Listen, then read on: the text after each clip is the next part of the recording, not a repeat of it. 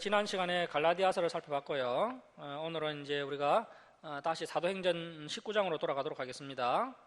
신약성경 221쪽에 사도행전 19장 21절 보시겠습니다. 신약성경 221쪽 사도행전 19장 21절을 보시도록 하겠습니다. 신약성경 221쪽입니다. 사도행전 19장 21절. 이 일이 있은 후에 이렇게 이제 바울이 이제 고린도 교회의 문제를 해결하고 이제 마게도냐에서 디도편으로 고린도 후서를 보내고 나서 바울이 이제 다시 에베소로 건너옵니다. 자, 그래서 21절 보시면 이 일이 있은 후에 바울이 마게도냐와 아가야를 거쳐, 자, 줄을 치겠습니다. 예루살렘에 가기로 작정하여 이르되 내가 거기 갔다가 후에 로마도 보아야 하리라 하고. 자, 이제 바울이 3년간 에베소 사역을 서서히 마무리하고 있는 겁니다. 이제 이 에베소 사역을 마무리하고 이제 바울이 마게도냐를 건너 고린도로 가게 될 것인데, 고린도에 가서 이제 고린도에서 다시 가고자 하는 방향이 예루살렘이었다는 겁니다. 자, 예루살렘에 왜 가는 겁니까? 이 구제헌금을 전달하려고 가는 겁니다. 그리고 이제 로마에는 이제 복음을 전가하려고 또 가려고 했던 거죠. 이제 앞으로 이제 바울이 이 스케줄대로 움직이게 되는데요. 자, 22절 말씀 보시면 자기를 돕는 사람 중에서 디모데와 에라스도 두 사람을, 그래서 이제 아직은 바울이 에베소에 있고요. 이제 에베소 사역을 서서히 마무리하면서 이 제자들을 먼저 마게도냐로 보낸 겁니다. 자, 마게도냐로 보내고 자기는 아시아에 얼마 동안 더 있으니라. 이 아시아는 에베소를 이야기하는 겁니다. 에베소에 얼마 동안 더 있으면서 이제 3년간의 에베소 사역을 마무리하게 됩니다. 자, 23절 말씀 보시면 그때쯤 되어 이제 바울이 전한 도로 말미암아 적지 않은 소동이 있었으니, 자, 이 소동이 뭐냐면요. 자, 24절 말씀 보시면 즉 드메드리오라 하는 어떤 언장색이 언으로 아데미의 신상 모형을 만들어 직공들에게 적지 않은 벌이를 하게 하더니. 자, 26절 말씀 보시면 바울이 이제 어떤 구호를 외치는데요. 자, 26절 중반절 보시면 사람의 손으로 만든 것들은 신이 아니라, 이렇게 외쳤습니다. 사람의 손으로 만든 것들은 신이 아니라.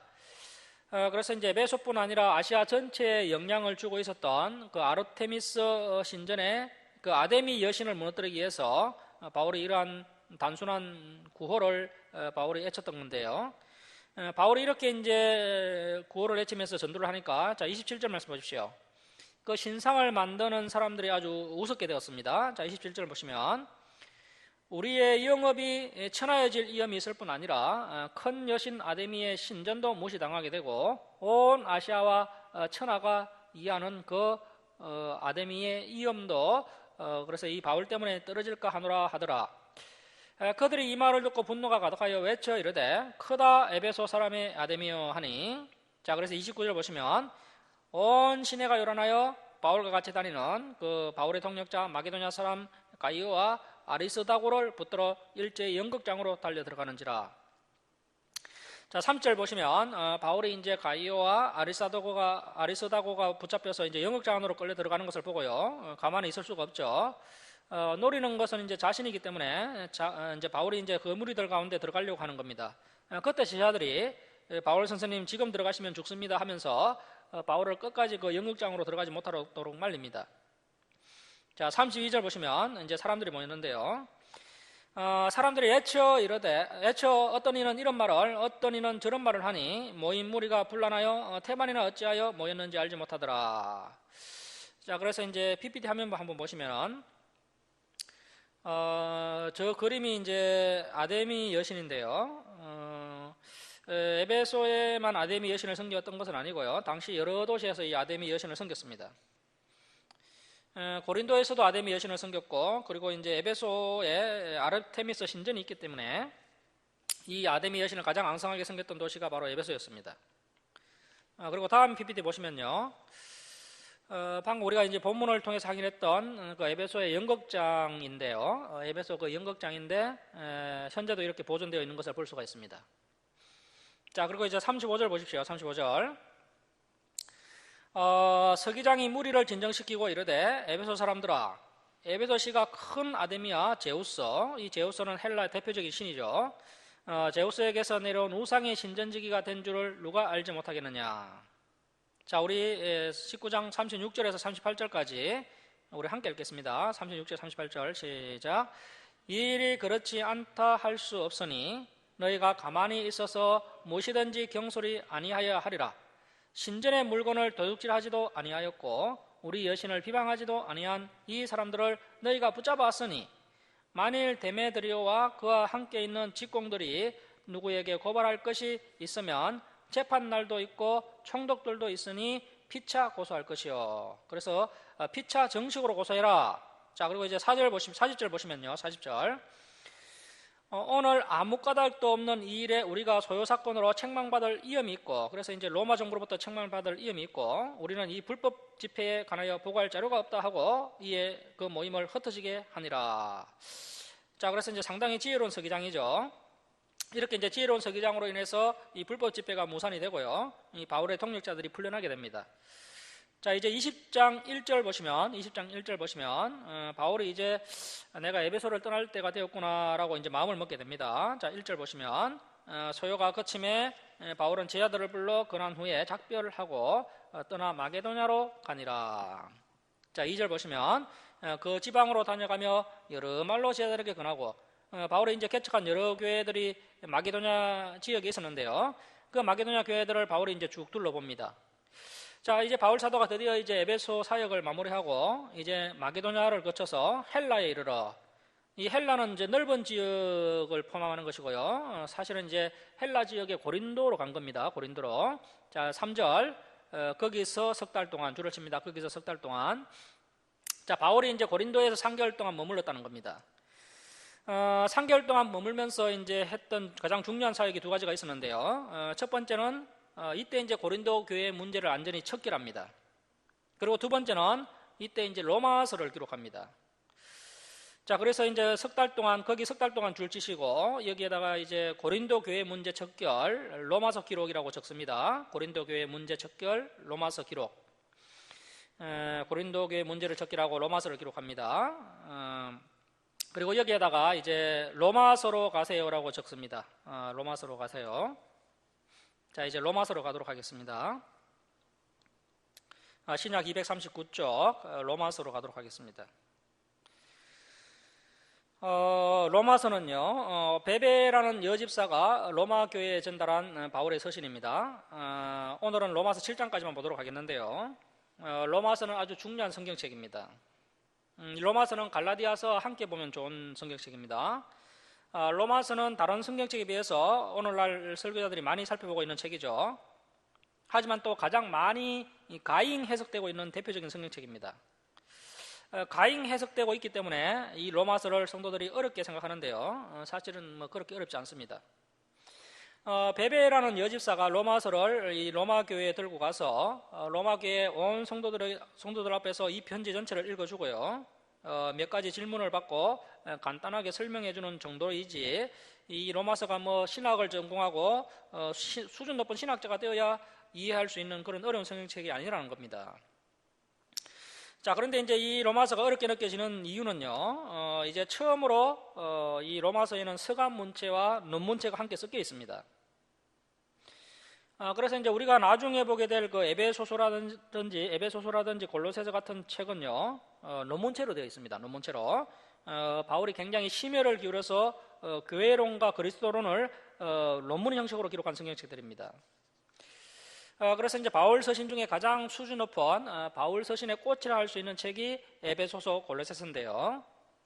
바울의 실력이 이렇게 이제 성장하면서 바울도 이렇게 지금 계속해서 믿음이 성장하고 있는 중입니다.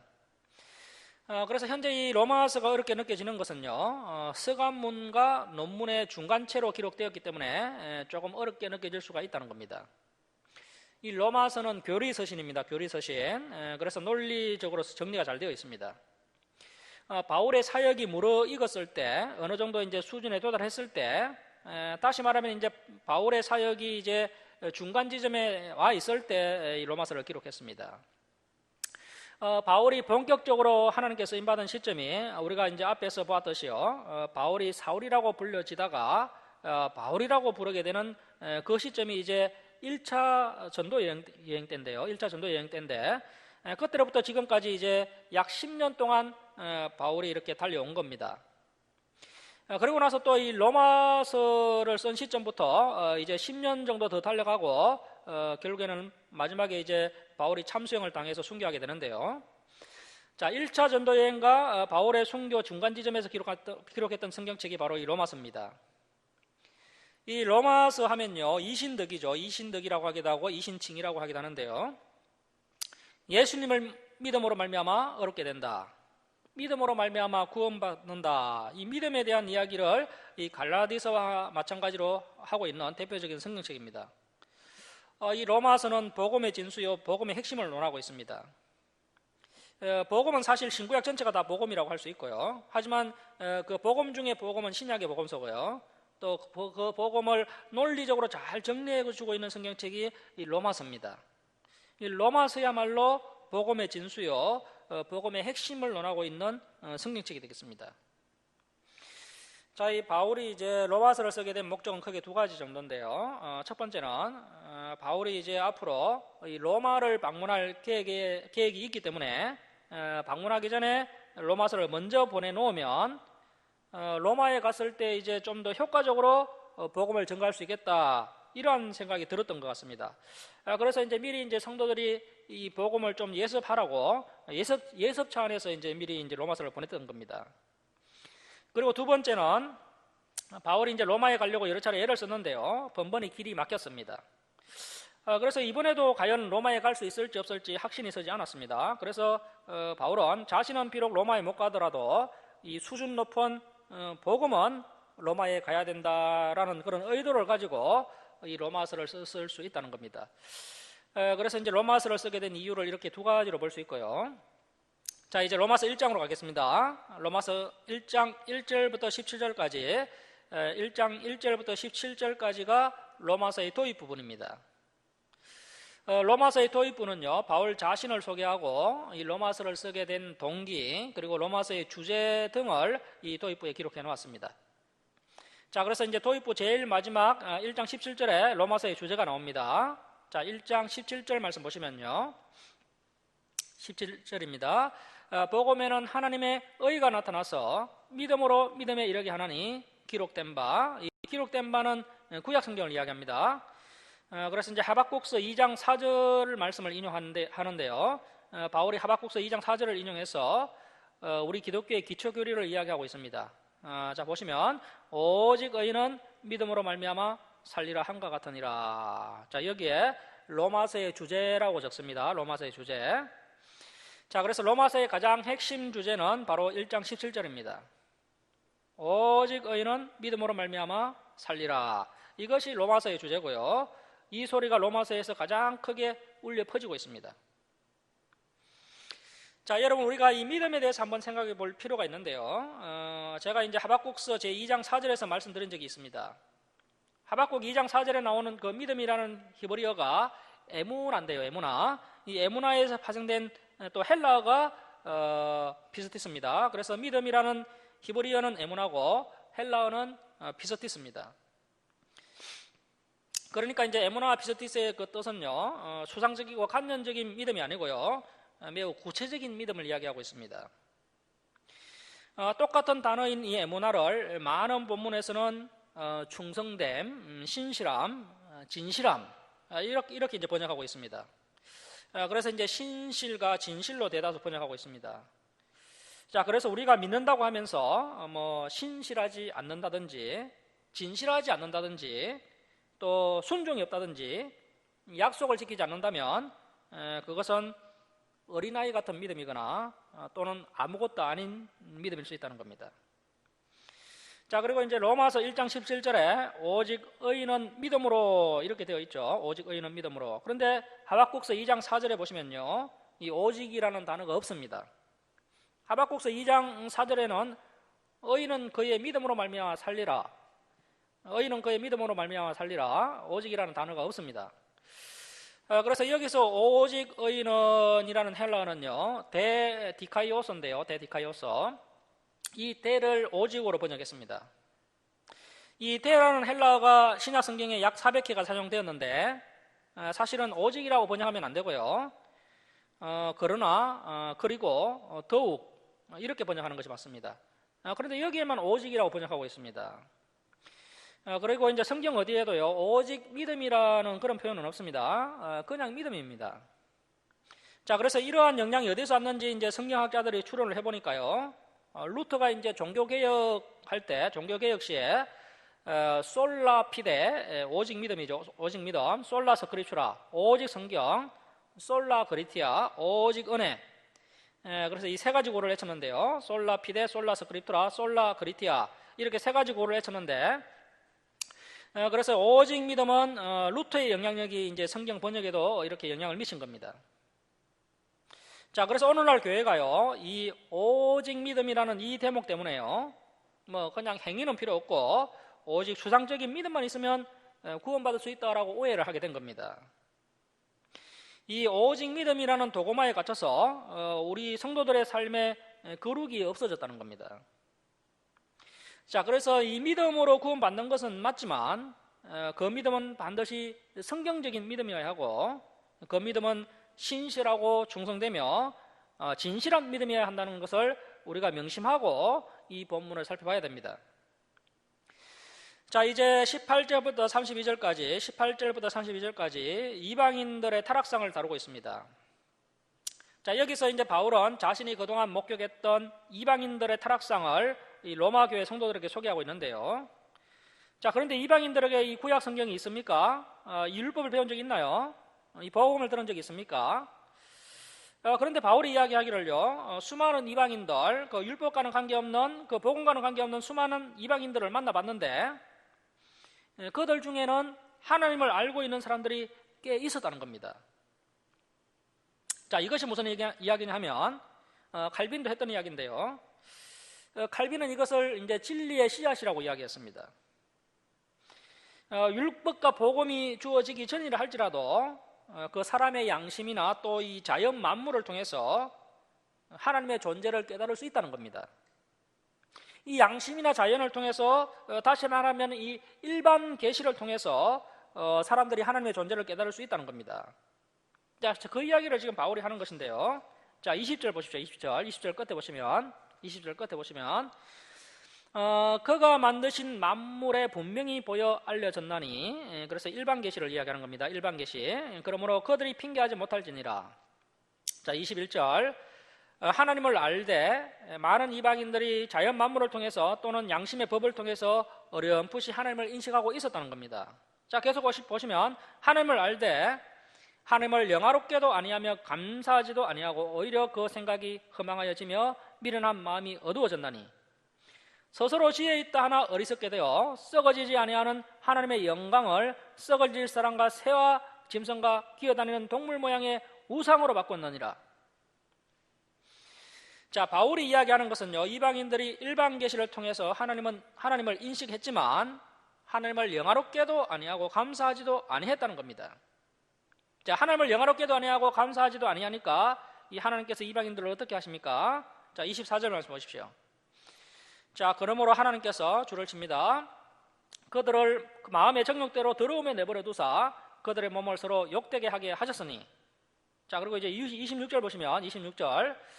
이 때문에 하나님께서 자, 줄을 칩니다. 그들을 부끄러운 욕심에 내버려 두셨으니. 자, 28절 중반절에도 보시면 그들을 그 상실한 마음대로 내버려 두셨다는 겁니다. 일반 계시를 통해서 하나님을 인식했지만 하나님을 영화롭게도 아니하고 감사하지도 아니하므로 하나님께서 이방인들을 고아와 같이 내버려 두신 것을 이 바울이 본 겁니다. 그래서 이방인들이 완전히 타락하게 되었다는 겁니다. 이러한 이방인의 타락상을 이 바울 사도가 로마 교회 성도들에게 소개하고 있다는 겁니다. 그래서 이방인들이 타락을 했다는 겁니다. 자, 그리고 이제 2장에서는요, 이방인들은 이렇게 타락했는데 하나님을 믿는다고 하고 구약 성경까지 가지고 있는 이 유대인들은 그러면 괜찮느냐? 바울 사도가 말하기를 정통이라고 이야기하는 그 유대인들 역시 타락을 했다는 겁니다. 그런데 이 유대교인들은 타락했는데 교만하기까지 하다. 자, 그래서 2장 전체가요, 그러한 유대인들의 타락상을 이야기하고 있습니다. 자, 1장 18절부터 32절까지가 이방인들이 타락했다는 이야기고요. 그리고 2장 전체가 유대인들도 타락했다는 겁니다. 자, 로마서 2장 1절 말씀 보십시오. 그러므로 남을 판단하는 사람아, 유대인들아, 이 판단이라는 단어보다 사실 정죄라고 번역하는 것이 더 좋은 번역입니다. 유대인들은 다른 사람들을 정죄하고 있습니다. 자, 누구를 막론하고 내가 핑계하지 못할 것은 남을 정죄하는 것으로 내가 너를 정죄함이니 정죄하는 내가 같은 일을 행함이니라. 자, 정죄하는 유대인들이 하는 행동이요 이방인들하고 똑같다는 겁니다. 단지 알고 있고 정죄한다 뿐이죠. 행동하고 선택하는 것은 정욕대로 행하고 욕심대로 행하고 그렇게 이제 살아가는 것은 이방인의 삶과 똑같다는 겁니다. 어떻게 이방인들을 정죄하면서 너희들의 삶이 이방인과 똑같을 수가 있느냐? 자, 13절 보십시오. 하나님 앞에서는 자 줄을 칩니다. 율법을 듣는 자가 의인이 아니요 오직 율법을 행하는 자라야 어렵다 하심을 얻으리니. 자, 그래서 오늘날 성도님들이 로마서를 보면서요 이런 구절은 잘 안 보는 것 같습니다. 얼마나 편식을 하고 있는지요. 자, 이신덕이 실전편도 아니고 이신덕이 이론편을 우리가 살펴보고 있는데요. 그래서 이제 그 이신덕이 이론편에 이런 말씀이 나오고 있는 겁니다. 하나님 앞에서는 율법을 듣는 자가 의인이 아니요 오직 율법을 행하는 자가 어렵다. 자, 여러분 사실 우리가 율법을 행한다고 그것이 사실 내 힘으로 행하는 것일까요? 사실 그것도 알고 보면 하나님의 은혜입니다. 하나님의 은혜로 행하는 겁니다. 그리고 우리가 율법을 행했다고 해서 과연 하나님 앞에서 그 의의를 내세우거나 자기 공로를 주장한다면 그건 또 아무것도 아닌 겁니다. 우리가 그렇게 이제 어렵게 살려고 몸부림칠 때 하나님께서 그것을 부족하지만 어렵다고 인정해 주시는 겁니다. 자, 오직 율법을 행하는 자라야 어렵다 하심을 얻으리니. 자, 그러니까 지금 바울이 이야기하는 것은 유대인들이 율법을 듣기만 했다는 겁니다. 유대인들이 율법을 행하지 않았다는 겁니다. 두 가지 교만이 있는 거죠. 첫 번째는 듣지 않은 것이고요. 듣지 않은 것이 바로 교만이고요. 그런데 듣지 않은 것보다 더 큰 교만이 있는데 듣기는 듣지만 행동하지 않은 것은 더 큰 교만입니다. 이런 면인데 더 많이 말씀합니다. 유대인들은 듣기는 들었지만 행함이 없었다는 겁니다. 자, 23절 말씀 보십시오. 23절 줄치고 우리 함께 읽겠습니다. 자, 시작. 율법을 자랑하는 내가 율법을 범함으로 하나님을 욕되게 하느냐. 자, 율법을 자랑하는 내가 율법을 범함으로 하나님을 욕되게 하느냐. 이것은 정말 하나님을 욕되게 하는 겁니다. 자, 그래서 2장의 결론은 간단합니다. 율법을 행하지 않는 유대인은 율법 없는 이방인보다 나을 것이 없다. 즉 유대인들 역시 타락했다는 겁니다. 이것을 오늘날 정통교회에 적용해보면요, 말씀대로 살지 않는 정통은 말씀 없는 불신자보다 나을 것이 없다는 겁니다. 거기에다가 교만의 죄 하나 더 추가된 겁니다. 자, 그래서 이제 결론은 어디로 인도합니까? 자, 3장 9절 보십시오. 9절. 3장 9절입니다. 자, 그러면 어떠하냐? 우리는 유대인은 나으냐? 결코 아니라. 자, 줄을 칩니다. 유대인이나 헬라인이나 이방인이나죠. 이방인이나 다 제 아래에 있다. 아주 중요한 교리죠. 유대인이나 이방인이나 다 제 아래에 있다. 고 우리가 이미 선언하였느니라. 자, 10절 줄치고 발표합니다. 기록된 바 의인은 없나니 하나도 없으며. 자, 이방인 유대인 다 타락을 했고 제 아래에 팔렸다는 겁니다. 자, 그러므로 모든 인간은 죄값에 의해서 이제 죽음과 심판에 놓이게 되었다는 겁니다. 죄 아래 팔렸고 그 죄값에 의해서 죽을 수밖에 없는 것이 모든 인간의 처지가 되었다는 겁니다. 자, 그러면서 바울이 이제 우리를 이끌어가는 것은요, 이제 3장 19절부터 31절까지 19절부터 31절까지 이제 로마서의 주제 이신덕이가 나옵니다. 19절부터 31절까지 로마서의 주제 이신덕이가 나오는데요. 믿음으로 얻게 된다, 믿음으로 구원받는다는 복음의 진수가 나옵니다. 3장 19절부터 31절까지 모두가 타락했고 모두가 죄 아래 팔렸고 죄값에 의해서 죽을 수밖에 없는 존재가 되었다는 이 절망적인 상황 가운데 이 신덕이가 나오는 겁니다. 이 복음이 나오는 겁니다. 그러면서 이 복음의 진수 중에 진수가 뭡니까? 자, 3장 22절 말씀 보십시오. 22절. 곧 예수 그리스도를 믿음으로 말미암아 모든 믿는 자에게 미치는 하나님의 의인이 차별이 없느니라. 자, 그래서 예수 그리스도가 바로 복음의 진수입니다.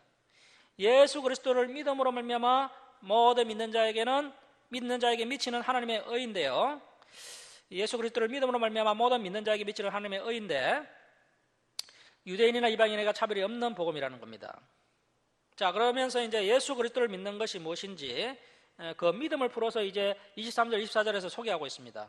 자, 그래서 23절, 24절 박스 치시고 별표하겠습니다. 우리가 반드시 이것을 붙들어야 하는데요. 우리가 먼저 이것을 인정해야 됩니다. 자, 23절 모든 사람이 다 죄를 범하였음에 이것을 인정해야 됩니다. 그래야 이 복음의 빛을 경험할 수 있습니다. 모든 사람이 죄를 범하였음에 하나님의 영광에 그 누구도 이르지 못하더니 24절 그리스도 예수 안에 있는 속량. 자, 이 속량이 뭡니까? 예수님께서 십자가에서 내 죄를 위하여 피를 대신 흘려주셨다. 이것이 바로 속량이죠. 속량으로 말미암아 자 줄을 칩니다. 하나님의 은혜로 값없이 얻었다 하심을 얻은 자 되었느니라. 자, 그리고 이제 27절 보시면 그런즉 자랑할 때가 어디냐 있을 수가 없느니라. 무슨 법으로냐 행위로냐 아니라 오직 믿음의 법으로느니라.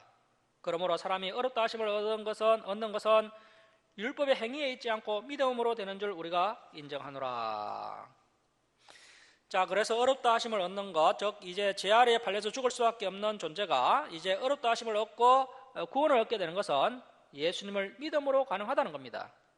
예수님을 믿음으로 값없이 거저 받는 것입니다. 자, 그래서 인간이 그리스도 예수를 믿음으로 죄에서 해방되는 것이다라는 것이죠. 그리고 여기서 조심해야 할 것은요, 구원파처럼 구원받았기 때문에 자기 마음대로 살아도 괜찮습니다. 이렇게 나가버리면요, 이제 문제가 생기는 겁니다. 자, 그러면 이제 우리가 어떤 마음을 가져야 됩니까? 이제는 구원받은 백성답게 살아가야 되는 그런 숙제가 우리에게 주어지게 되었습니다. 자, 31절 말씀 보십시오. 그런즉 우리가 믿음으로 말미암아 이제 어렵다 하심을 얻었고요, 구원받았기 때문에 이제 율법을 파기하느냐? 자, 우리가 이제 은혜 아래에 있으니까, 이 고등교사 아래에 있으니까, 우리 예수님 아래에 있으니까 이제 이 율법을 파기하느냐? 자, 줄을 치겠습니다. 그럴 수 없느니라. 도리어 율법을 굳게 세우느니라. 자, 그래서 모든 사람이 타락했고 죄인이 되어버렸는데, 이 죄의 문제를 해결하기 위해서는 예수님을 믿을 때만이 어렵게 될 수 있고, 예수님을 믿을 때만이 하나님과의 바른 관계에 들어갈 수 있다는 겁니다. 자, 그러니까 타락한 인간, 죄 아래 팔려버린 인간에게 유일한 답은 뭐라는 겁니까? 이 믿음이라는 겁니다. 타락하여서 죄 아래 팔려버린 인간에게 있어서 유일한 답은 믿음이라는 겁니다. 믿음. 자, 이렇게 믿음이 답이라고 하면서 이 바울이 이제 믿음의 모델을 제시해 주시는데요. 그 믿음의 모델이 누굽니까? 자, 4장 2절 보시면요. 4장 2절 보시면 바로 이 아브라함입니다. 아브라함. 자, 4장 2절 말씀 보십시오. 만일 아브라함이 행위로서 얻었다 하심을 받았으면 자랑할 것이 있으려니와 하나님 앞에서는 없느니라. 성경이 무엇을 말하느냐? 그래서 이제 구약 인용구인데요. 창세기 15장 6절을 인용했습니다. 창세기 15장 6절 인용. 자, 아브라함이 하나님을 믿음에 그것이 그에게 의로 여겨진 바 되었느니라. 자, 계속 바울이 강조하는 것이 무엇입니까? 이 행위와 믿음을 대조하면서요, 행위가 아닌 무엇으로 구원받고 얻게 된다는 겁니까? 예수님을 믿음으로 얻게 된다. 그래서 믿음이 답이라는 겁니다. 그래서 저와 여러분도요, 절대 인간의 힘으로, 인간의 행위로 이 죄의 건세에서 해방될 수 없고요, 구원받을 수가 없습니다. 자, 이제 바울은 아브라함의 믿음이 어떠한 믿음이었는지 우리에게 소개해주고 있습니다. 자, 4장 17절 보십시오. 17절. 4장 17절 기록된 바, 역시 이제 구약 인용구인데요. 창세기 17장 5절을 인용합니다. 이 초동학문이었으면요, 이 구약 성경이었으면요, 절대 고동학문, 이 신약 성경을 풀 수가 없습니다. 구약을 알아야 신약도 바르게 해석할 수가 있습니다. 자, 기록된 바, 내가 너를 많은 민족의 조상으로 세웠다 하신 것 같으니 그가 믿은 바 하나님은 죽은 자를 살리시며 없는 것을 있는 것으로 부르시는 이시니라. 자, 18절 아브라함의 믿음이 어떤 믿음입니까? 자, 줄을 치겠습니다. 아브라함이 바랄 수 없는 중에 바라고 믿었으니. 아브라함이 바랄 수 없는 중에 바라고 믿었으니. 자, 절망적인 상황 가운데 바라고 믿는 믿음이 이 아브라함의 믿음이었다는 겁니다. 자, 여러분, 우리가요, 창세기를 통해서요, 아브라함의 일대기를 공부해 보면 아브라함에게 얼마나 참 이런 절망적인 상황, 바랄 수 없는 상황, 좀 하나님께서 분명히 약속하셨지만 이런 바랄 수 없는 상황이 얼마나 많았습니까? 이러한 절망적인 상황이 3번 정도 있었던 것 같습니다. 자, 첫 번째, 이제 75세 때 본토 친척 아비집을 떠나라는 하나님의 명령이 떨어집니다. 그 하나님의 명령 앞에서요, 도시 문화를 버리고요, 마지막 미지의 땅으로 이제 순종해서 떠나는 그 믿음이 바로 아브라함의 믿음이었습니다. 자, 분명한 것은요, 아브라함의 믿음은요, 순종하는 믿음이었습니다. 저와 여러분에게 어느 날 하나님께서요, 저 중국 티벳 자치구로 가라, 하나님께서 우리 마음 가운데 이렇게 말씀하시는 겁니다. 자, 그럴 때 우리가 떠날 수 있겠습니까? 이 세상 것을 다 내려놓고 잘 준비하고 있다가 그 하나님의 명령이 떨어졌을 때 주님, 제가 여기 있습니다, 이렇게 떠날 수 있는 그런 순종할 수 있는 믿음의 사람이 되어야 한다는 겁니다. 자, 그다음에 이제 두 번째는 이 아브라함이 이제 가나안 땅에서 이제 생활할 텐데요, 이제 미지의 땅 가나안 땅으로 와서 이제 그 시골 구석에 와가지고요, 한 10년 정도 이제 생활을 했을 텐데, 그래서 이제 75살 때 이제 본토 친척 아비집을 떠나라는 말씀에 순종해서 이제 떠났지 않습니까? 그래서 이제 10년이 지나서 이제 아브라함이 이제 85세가 되고요, 사라가 또 75세가 되었을 때 이 사라의 생리가 끊어지게 됩니다. 사라의 생리가 끊어짐으로 인해서 이제 사라가 첩을 아브라함에게 들어보냈던 거죠. 그 이후로도 이제 아브라함이 99세가 될 때까지 자식이 없었습니다.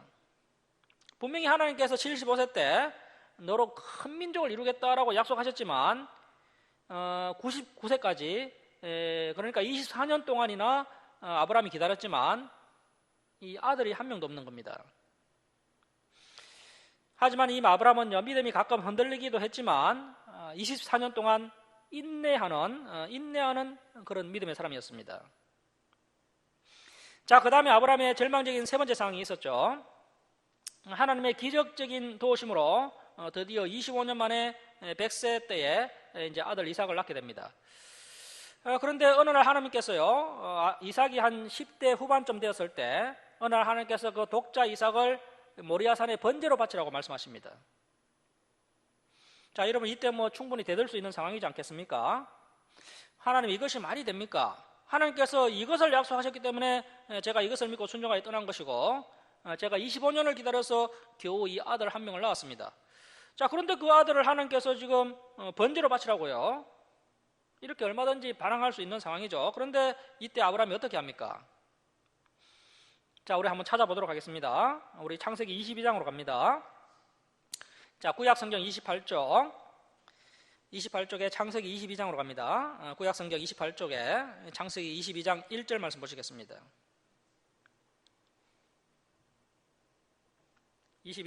창세기 22장 1절.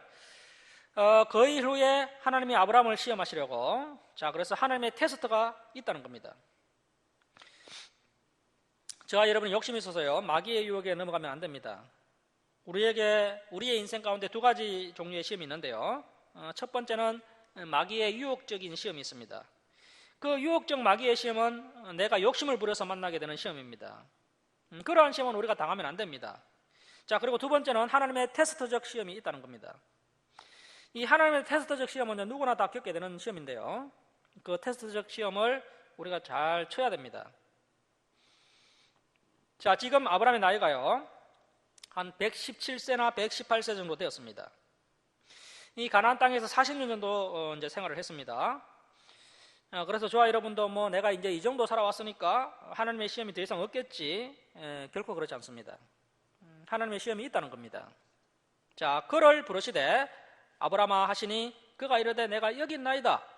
여호와께서 이르시되 내 아들 내 사랑하는 독자 이삭을 데리고 모리아 땅으로 가서 내가 내게 일러준 한 산 거기서 그를 번제로 드리라.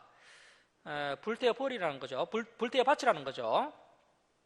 자, 하나님께서 정말 엄청난 시험으로 아브라함을 시험하십니다. 어떤 목사님이 말씀하셨는데요, 한국교회 성도님들이 교회는 다니고 있지만 두 가지 우상을 섬기고 있다고 이야기합니다. 첫 번째는 물질의 우상이고요, 두 번째는 자식의 우상을 섬기고 있다고 합니다. 하나님은 뒷전이고요, 자식을 위해서는 수백만 원, 수천만 원도 아까워하지 않습니다. 그런데 하나님의 일을 위해서는 그 전도와 선교와 구제를 위해서는 돈 100만 원 쓰기도 아까운 겁니다. 자, 누구를 더 중요하게 여기는 겁니까? 우리가 엘리 제사장을 비난하고 있지만요, 우리 역시도 엘리 제사장처럼 하나님보다 자식을 더 중요하게 여기는 건 아닐까요? 자, 하나님께서 정말 엄청난 시험으로 이 아브라함을 시험하시는데요, 아브라함에게는 너무나도 아프고 힘겨운 시험이었지만 아브라함은 이때도 이 말씀에 순종하는 놀라운 믿음을 보여줍니다. 자, 3절 말씀 보십시오. 아브라함이 어떻게 했다고요? 아브라함이 아침에 일찍 일어나, 우리 같은 믿음으로는 아침에 일찍 일어나지 못합니다. 일단 울고불고 한 일주일 보내야 됩니다. 아브라함이 아침에 일찍 일어나 나귀의 안장을 지우고 두 종과 그의 아들 이삭을 데리고 번제에 쓸 나무를 쪼개가지고 떠나 하나님이 자기에게 일러주신 곳으로 가더니 아브라함은 지체하지 않습니다. 자, 4절. 제3일에 아브라함이 눈을 들어 그곳을 멀리 바라본지라. 이에 아브라함이 종들에게 이르되 너희는 나귀와 함께 여기서 기다리라. 내가 아이와 함께 가서 저기 가서 예배하고 우리가 너희에게로 돌아오리라 하고, 아브라함이 이에 번제 나무를 가져다가 그의 아들 이삭에게 지우고 자기는 불과 칼을 손에 들고 두 사람이 동행하더니 이삭이 그 아버지 아브라함에게 말하여 이르되 내 아버지여 하니 그가 이르되 내 아들아 내가 여기 있노라. 이삭이 이르되 불과 나무는 있거니와 번제할 어린 양은 어디 있나이까? 아브라함이 이르되 내 아들아 번제할 어린 양은 하나님이 자기를 위하여 친히 준비하시리라 하고 두 사람이 함께 나아가서 하나님이 그에게 일러주신 곳에 이른지라. 이에 아브라함이 그곳에 제단을 쌓고 나무를 버려놓고 그의 아들 이삭을 결박하여 제단 나무 위에 놓고 손을 내밀어 칼을 잡고 그 아들을 잡으려 하니 여호와의 사자가 하늘에서부터 그를 불러 이르시되. 자, 그래서 이제 신학자들은 이 여호와의 사자를요 성자 하나님으로 보십니다. 성자 하나님으로 봅니다. 자, 여호와의 사자가 하늘에서부터 그를 불러 이르시되 아브라함아 아브라함아 하시는지라. 아브라함이 이르되 내가 여기 있나이다 하매 사자가 이르시되 그 아이에게 내 손을 대지 말라. 그에게 아무 일도 하지 말라. 내가 내 아들 내 독자까지도 내게 아끼지 아니하였으니. 줄을 치겠습니다. 내가 이제야 네가 하나님을 경외하는 줄을 아노라. 아브라함이 눈을 들어 살펴본 적 한 순양이 뒤에 있는데 뿔이 수풀에 걸려 있는지라. 아브라함이 가서 그 순양을 가져다가 아들을 대신하여 번제로 드렸더라. 아브라함이 그 땅 이름을 여호와 이레, 여호와께서 준비하셨다. 그래서 여호와 이레라 하였으므로 오늘날까지 사람들이 이러기를 여호와의 산에서 준비되리라 하여더라. 여호와의 사자가 하늘에서부터 두 번째 아브라함을 불러 이르시되 여호와께서 이르시기를 내가 나를 가리켜 맹세하노니, 줄을 칩니다. 내가 이같이 행하여 내 아들 내 독자도 아끼지 아니하였은즉 내가 내게 큰 복을 주고 내 씨가 크게 번성하여 하늘의 별과 같고 바닷가의 모래 같게 하리니 내 씨가 그 대적의 성문을 차지하리라. 아주 굉장한 말씀이죠. 자, 18절 말씀 줄치고 발표합니다. 자, 또 내 씨로 말미암아 천하 만민이 복을 받으리니 줄치고 발표합니다. 자, 지금 이 언약은요 아브라함의 아들 이삭과 손자 야곱에게도 동일하게 반복하신 언약입니다. 이 아브라함의 복은 족장시대를 넘어서 이스라엘에게 미치게 되고요, 궁극적으로 아브라함의 씨로 오신 이 예수님을 통해서 모든 족속 천하 만민에게 이 복이 미치게 된 겁니다. 자, 내 씨로 말미암아, 이 씨라는 것은 결론을 말씀드리면요 아브라함의 후손으로 오실 예수님을 이야기하는 겁니다. 내 씨로 말미암아 천하 만민이 복을 받는 때가 오게 될 것이다. 자, 그런데 그 뒤에 말씀 보십시오. 줄치고 발표하겠습니다. 네가 나의 말을 준행하였음이니라. 자, 여러분, 아브라함의 믿음은 어떤 믿음입니까? 준행하는 믿음입니다. 자, 이제 다시 로마서 4장으로 갑니다. 자, 로마서 4장 18절 말씀 다시 보십시오. 아브라함이 바랄 수 없는 중에 절망적인 상황 중에 바라고 믿었으니 이는 내 후손이 이같으리라 하신 말씀대로 많은 민족의 조상이 되게 하려 하심이라. 그가 백세나 되어 자기 몸이 죽은 것 같고 사라의 태가 죽은 것 같음을 알고도 믿음이 약하여지지 아니하고 믿음이 없어 하나님의 약속을 의심하지 않고 믿음으로 견고해져서 하나님께 영광을 돌리며 약속하신 그것을 또한 능히 이루실 줄 확신하였으니. 자, 줄을 칩니다. 22절 줄 칩니다. 그러므로 그것이 그에게 의로 여겨졌느니라. 이것이 바로 이신덕입니다. 자, 그러므로 이러한 믿음이 그에게 의로 여겨졌느니라. 그러니까 믿음으로 구원받는 것이 맞습니다. 그런데 그 믿음이 과연 성경적인 믿음이며 그 믿음의 조상이신 아브라함의 믿음에 부합된 믿음인지가 중요합니다. 자, 그런데 오늘날 한국교회 성도님들 중에서요, 이 아브라함의 믿음을 가지고 있는 그러한 사람들, 이런 성경적인 믿음을 가지고 있는 사람은 아주 적은 수에 불과한 것 같습니다. 자, 로마서 5장 1절 말씀 보십시오. 5장 1절. 그러므로 우리가 믿음으로 의롭다 하심을 받았으니 우리 주 예수 그리스도로 말미암아 하나님과 합평을 누리자. 그렇죠. 예수 그리스도의 피로 말미암아 제사함을 받았으면 이제 속죄제를 드린 다음에는 화목제로 발전해야 하는 것처럼 우리가 예수 그리스도의 피로 제사함을 받았으면 이제 예수님과 하나님과 더 깊은 관계로, 더 합평의 관계로 그렇게 나아갈 수 있어야 합니다. 그러한 표현을 하나님과 합평을 누리자, 이렇게 표현한 겁니다. 자, 그래서 이 5장 6장이 무슨 말씀인가 하면요, 5장 6장은 믿음으로 의롭다 하심을 받은 성도는 반드시 이제 성화되어야 한다는 겁니다. 아브라함과 같은 믿음으로 의롭다 하심을 받은 성도는 반드시 성장하고 성화되어야 한다. 자, 5장 3절 말씀 보십시오. 다만 이뿐 아니라 우리가 한란 동그라미 칩니다. 자, 한란이야말로 믿음으로 의롭다 하심을 받은 그 성도의 신앙의 전코서가 되겠습니다. 자, 여러분, 우리가 이 진리를 만났지 않습니까? 그러면요, 우리가 진리를 만났으면 우리의 인생이 결코 쉽지 않을 겁니다. 반드시 한란을 만나게 됩니다. 이것이 바로 우리 신앙의 성화의 전코서라는 겁니다. 우리가 이 한란을 통해서 우리가 성화되어진다는 것이죠. 자, 한란 중에도 즐거워하나니, 자, 이것을 내다볼 수가 있어야 됩니다. 왜냐하면 한란이 우리에게 어떤 능력을 키워줍니까? 인내력을 키워줍니다. 한란이 우리에게 인내력을 키워줍니다. 이 한란은 인내는 연단을, 자, 인내는 우리의 믿음을 연단하여서요, 결국 이러한 과정을 통해서 우리가 어디에 이르게 됩니까? 소망을 이루는 줄 알미로다. 이 한란과 인내가 우리를 연단시켜서 성숙한 믿음의 사람이 되도록 하는 것이 이 하나님의 계획이라는 겁니다. 자, 그래서 우리가 여러분 이렇게 이제 이 땅에 살면서 어려움을 당하고 있는 겁니다. 자, 그래서 저와 여러분이 이 진리의 길을 걸어가면서 이렇게 어려움을 당하고 있는데요, 그러한 것으로 또 하나님은 우리의 인내력을 키우신다는 겁니다. 그리고 그 인내와 연단은 결국 우리를 소망의 자리로 안내할 것이다. 그래서 이제 우리가 절대로 도망가면 안 됩니다. 자, 이제 로마서 6장 4절로 갑니다. 6장 4절 말씀 보시면요, 이제 세례의 의미가 나오는데요, 이 세례의 의미만 봐도 우리가 이제 오늘날 잘못 믿고 있습니다. 자, 6장 4절 보십시오. 그러므로 우리가 그의 죽으심과 합하여 세례를 받음으로, 자, 그러면 우리는 이제 어떻게 된 사람입니까? 줄을 칩니다. 그와 함께 장사되었나니. 자, 우리는 예수님과 함께 장사된 사람입니다. 장사된 사람은 자기 소원이 없는 겁니다. 자기 욕심이 없는 겁니다. 이는 아버지의 영광으로 말미암아 그리스도를 죽은 자 가운데서 살리신 것 같이, 자, 줄을 칩니다. 우리 또한 새 생명 가운데서 행하게 하려 함이라. 이것이 바로 세례의 의미입니다.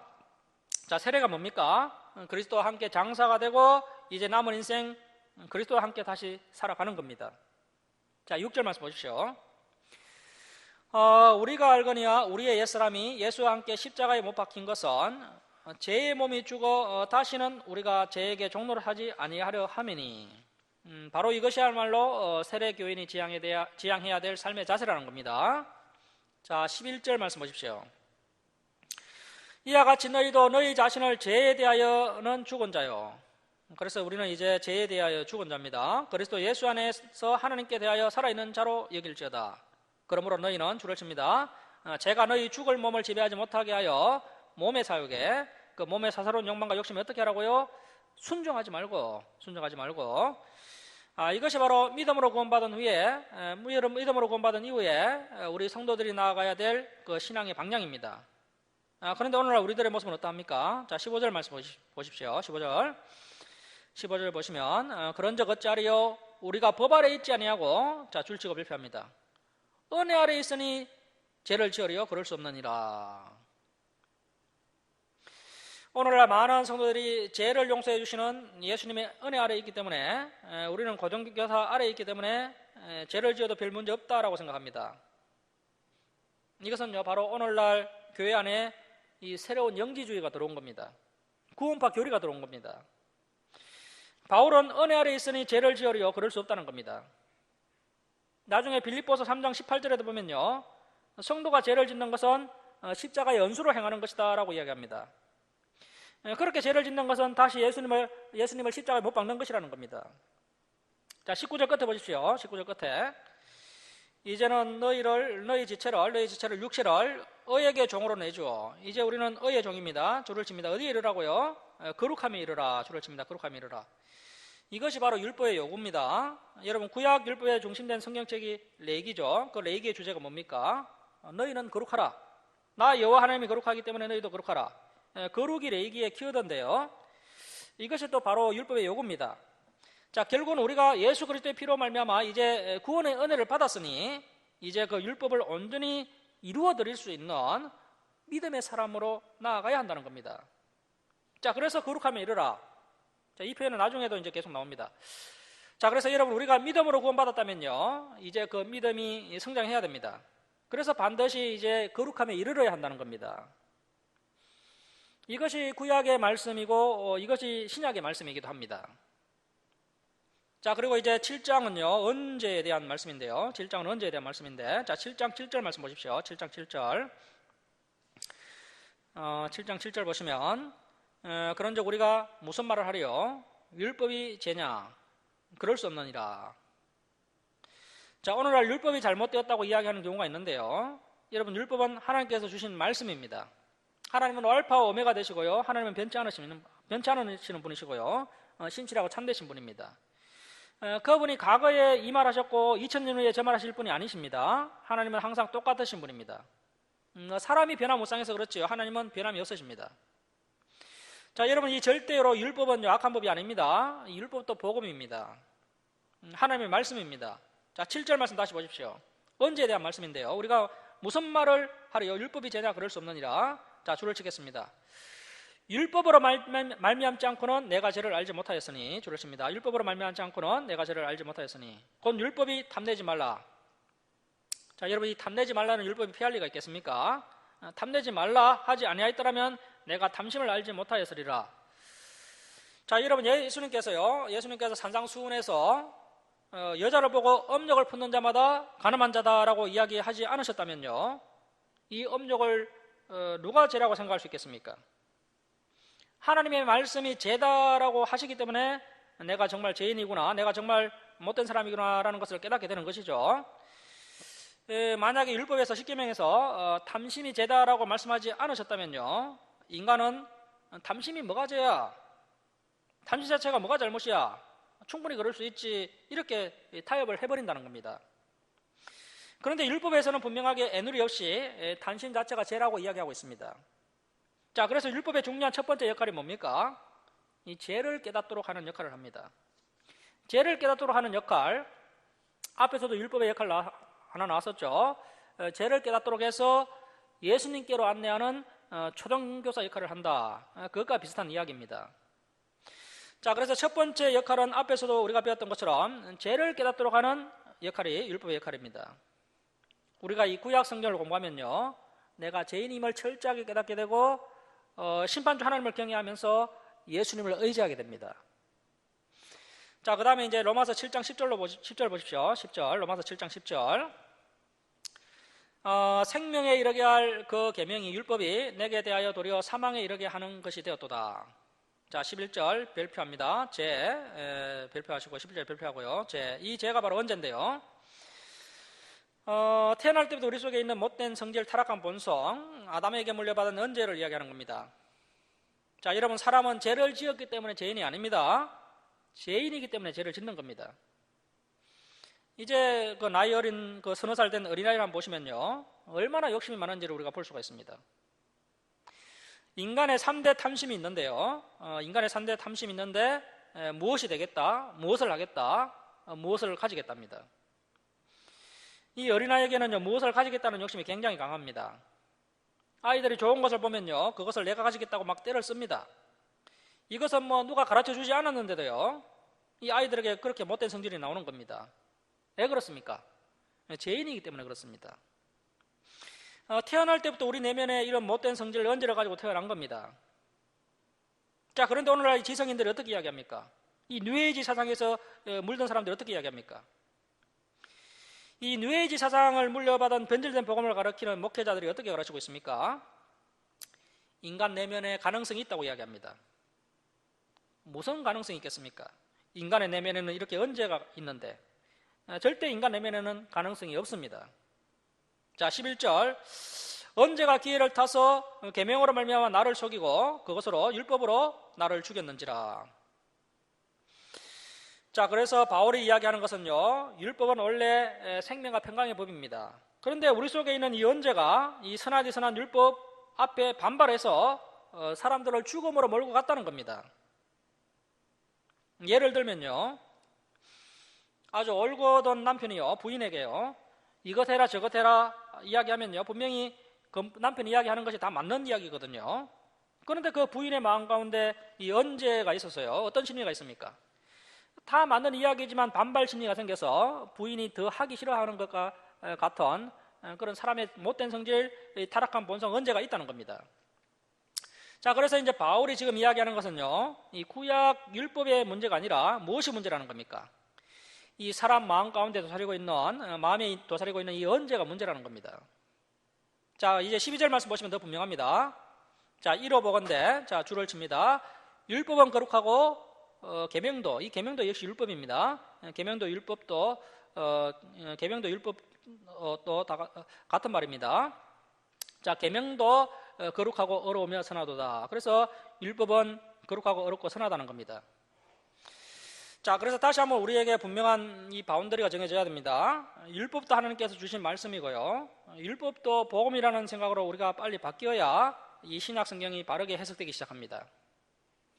자, 현재 이 바울의 의견은 이렇습니다. 사람이 이 언제를 이기지 못하고 결국 율법을 어김으로 모두 타락해서 이 죄인이 되었지만, 그럼에도 불구하고 이 율법이 있기 때문에 사람이 죄를 깨닫고 자신이 하나님의 심판을 받을 수밖에 없는 비참한 존재임을 이 율법 덕분에 깨달을 수 있기 때문에 이 율법 역시 거룩하고 어렵고 선한 것이다라고 이 바울이 지금 설명하고 있는 겁니다.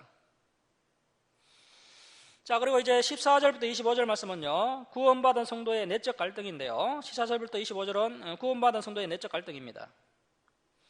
자, 구원받은 성도들의 내적 갈등은 갈라디아서에서도 언뜻 나왔던 내용인데요, 이제 로마서에서도 구체적으로 표현해주고 있습니다.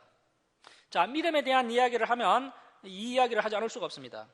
이것을 이제 성화의 출발점이라고 표현할 수 있고요, 다른 말로 하면 성장통이다, 이렇게 할 수가 있는데요, 바울은 자신의 솔직한 내적 갈등을 지금 표현하고 있습니다.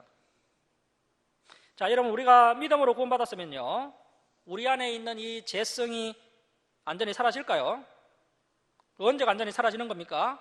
그 못된 마음이 다 없어집니까?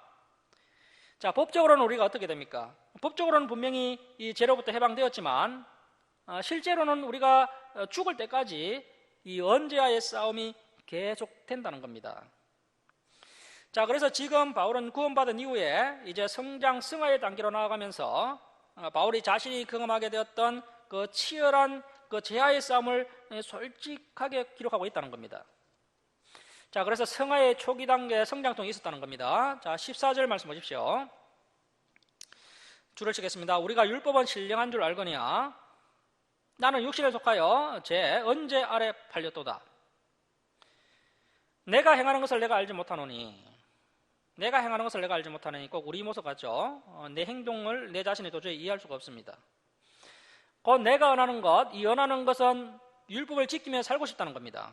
그 신령한 율법은 행하지 아니하고 도리어 미워하는 것을 행함이라. 만일 내가 언하지 아니하는 그것을 행하면 줄을 칩니다. 내가 이로써 율법이 선한 것을 시인하노니 이제는 그것을 행하는 자가 내가 아니요 내 속에 거하는 원죄니라. 자, 그래서 한 성도 안에는 이렇게 두 인격이 있다는 겁니다. 자, 갈라디아서에서 나왔던 것처럼요, 선한 신앙 양심이 있고 또 타락한 원죄가 있습니다. 그래서 결국 모든 성도들은 별 수 없이 이중 인격자라고 할 수 있습니다. 이 바울 같은 신령한 사람도요, 자신 속에 이중 인격이 있다고 이렇게 고백하고 있는데요, 어느 성도가 감히 하나님 앞에서 나는 순수하다라고 이야기할 수 있겠습니까? 자, 18절 말씀 보십시오. 내 속 곧 내 육신에 선한 것이 거하지 아니하는 줄을 아노니 언함은 내게 있으나 선을 그 율법을 행하는 것은 없노라. 내가 아는 바 선은 율법은 행하지 아니하고 도리어 언하지 않은 바 악을 행하는도다. 만일 내가 언하지 않은 그것을 하면 이를 행하는 자는 내가 아니요 내 속에 거하는 죄니라 언제니라.